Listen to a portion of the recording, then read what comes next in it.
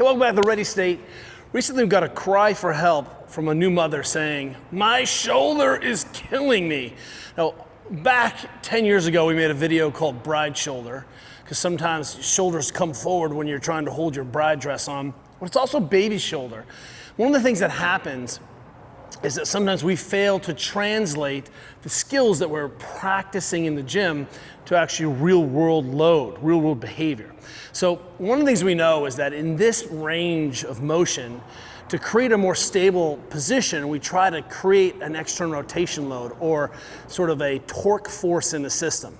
So if I was trying to bench, I would be grabbing the bar, breaking the bar, right? Well, the same thing is true if I'm holding a load. So what you'll see is that if I don't consciously create an active position when I'm holding something heavy, my body will default into what we call hanging on the tissues, which is very, very low cost, which is very, very effective at hanging out if I'm being tortured and having to carry some human being around. Now, I've done this twice, and I'm a left-handed baby holder because it turns out I actually don't feel good holding my babies in the right hand and functioning with my left hand. It made me feel like I was gonna drop them or something was on. But one of the things that we'll see is that this position, where most of us are carrying our kids, right, means we have to have as much internal rotation as required here, because this is basically the position. So this hang shape is the position in which we're carrying our kids around a lot, even if it's slightly out of position. So if I'm missing my ability to internally rotate my shoulder down, then that shoulder is gonna come forward as a measure of compensation, because I'm gonna hold this baby.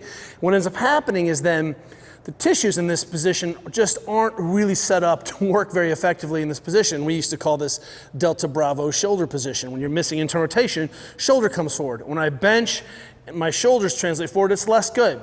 So one of the things you can do is spend a ton of time, our banded bullies, anything, the anterior barbell shear, restore this motion, and that will give you a fighting chance then of when you're picking up that baby that your hand doesn't come down, shoulder doesn't come forward, because now I not only have a shoulder that's less effective in this position, but I have a system that doesn't really respect the neck-shoulder-torso relationship, right?